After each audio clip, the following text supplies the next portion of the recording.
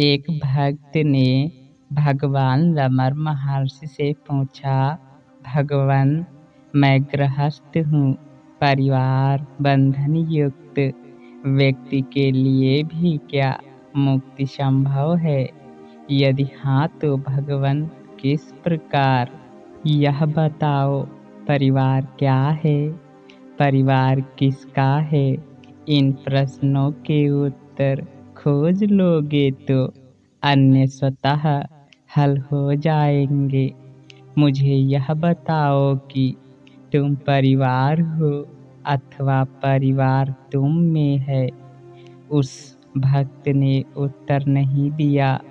फिर आगे भगवान ने ही उत्तर दिया और कहा, तुम कौन हो? तुम में जीवन के 3 पक्ष निहित हैं। पहला पक्ष जागृति का है तथा दूसरा पक्ष स्वप्न का तथा तीसरा पक्ष सुषुप्ति का है। सुषुप्ति में तुम परिवार तथा इसके बंधनों के प्रति अबोध थे, अतः उस समय ये प्रश्न उत्पन्न नहीं हुए। परंतु अब तुम्हें परिवार तथा पारिवारिक बंधनों का भान है, अतः तुम उनसे मुक्ति की कामना करते हो, किंतु हो तुम सतत वही व्यक्ति। भगवान, मैं वर्तमान में स्वयं को परिवार से बंधा हुआ मानता हूँ, इसलिए मुझे मुक्ति की कामना है। हाँ, माना तुम्हारा कथन सही है, परंतु जरा विचार करके कहो कि तुम परिवार में हो अथवा परिवार ही तुम में है। पर महर्षि, परिवार क्या है? यही तो यह जानना उचित है कि परिवार क्या है। भगवान, मुझे लगता है कि मेरी पत्नी तथा बालक हैं, वे मुझ पर भोजन, कपड़ा और मकान के लिए आश्रित हैं। शायद यही परिवार है। ओह, क्या परिवार के सदस्य तुम्हारे मन को बांधते हैं अथवा तुम ही स्वयं को उनसे बंधा हुआ मानते हो? क्या परिवार के लोग आकर तुमसे कहते हैं, हम तुम्हारा परिवार हैं, तुम हमसे बंधे रहो, अथवा तुम ही उनको अपना परिवार मानते हो तथा स्वयं को उनसे बंधा हुआ भी स्वीकार करते हो? भगवान, मैं उन्हें अपना परिवार मानकर स्वयं उनसे बंधा हुआ होता हूँ। हाँ, सत्य यही है। तुम इस विचार में रत हो कि अमुक व्यक्ति तुम्हारी पत्नी है तथा अमुक व्यक्ति तुम्हारे बालक हैं। परिणाम स्वरूप तुम स्वयं को उनसे बंधा हुआ मानते हो। ये सब केवल तुम्हारे विचार हैं।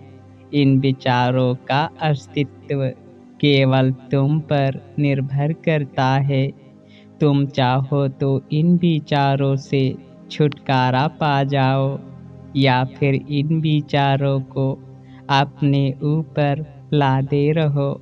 तुम इन विचारों को जीवित रख सकते हो, अन्यथा अभी इसी वक्त समाप्त कर सकते हो। पूर्वावस्था बंधन है तथा इसके पश्चात की अवस्था मुक्ति है, अर्थात विचारों का बना रहना बंधन है, वहीं विचारों का ना बना रहना मुक्ति है। भगवान, मुझे पूर्ण रूप से स्पष्ट नहीं हुआ है। विचार करने में समर्थ होने के लिए तुम्हें अस्तित्व में तो होना ही होगा। तुम इन विचारों से बंधे रहो अथवा भिन्न विचारों से बंधे रहो, यह तुम पर निर्भर करता है। विचार परिवर्तित होते हैं, किंतु तुम परिवर्तित नहीं होते हो। परिवर्तनशील विचारों को त्याग कर अपरिवर्तनशील आत्मा में स्थिर रहो। यही तो मुक्ति है, यही तो मोक्ष है। आत्मा बने रहना ही मुक्ति या मोक्ष कहलाता है।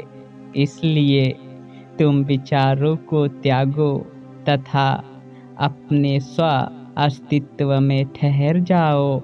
विचार ही तो तुम्हारा बंधन है और विचार त्याग ही मोक्ष या मुक्ति है। बंधन कहीं बाह्य नहीं है। परिणाम स्वरूप मुक्ति हेतु बाह्य उपचार की आवश्यकता भी नहीं है। यह तुम्हारी सामर्थ्य में है कि विचाररत रहकर बंधन में रहो अथवा विचार मुक्त होकर मुक्त हो जाओ। आत्मा बनो, यही मुक्ति है। विचारों में मत बहो, यही तो बंधन है। भगवन, किंतु विचारों से मुक्त रहना कोई सरल बात तो नहीं है। विचारों को छोड़ना आवश्यक नहीं है। केवल विचारों के मूल के संबंध में विचार करो। मूल की खोज कर इसे प्राप्त करो। आत्मा स्वतः प्रकट है। आत्मा का अनुसंधान कर लेने पर विचार स्वतः ही नष्ट हो जाते हैं। यही बंधन से मुक्ति है।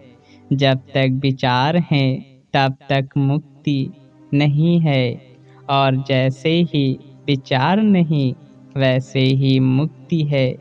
अर्थात स्वचैतन्य में ठहर जाओ, आत्मा बन जाओ, यही मुक्ति है। महर्षि, अब मेरी समझ में आ गया, मुझे इसका ज्ञान हो गया। क्या गुरु आवश्यक है? जहाँ तक तुम स्वयं को एक अलग व्यक्ति मानते हो, तुम्हें यह ज्ञान प्रदान करने के लिए गुरु की आवश्यकता है कि तुम सीमाओं से नहीं बंधे हो तथा तुम्हारा स्वरूप ही सीमाओं से मुक्त रहना है। यही तुम्हारा वास्तविक स्वरूप है। विचार तुम्हारे स्वरूप में बंधन पैदा करते हैं और विचार का ना होना मुक्ति का घोतक है। इसलिए विचारों को त्याग कर केवल स्वचैतन्य में अर्थात आत्मा बनकर रहना ही मोक्ष है। हरि ओम तत्सत।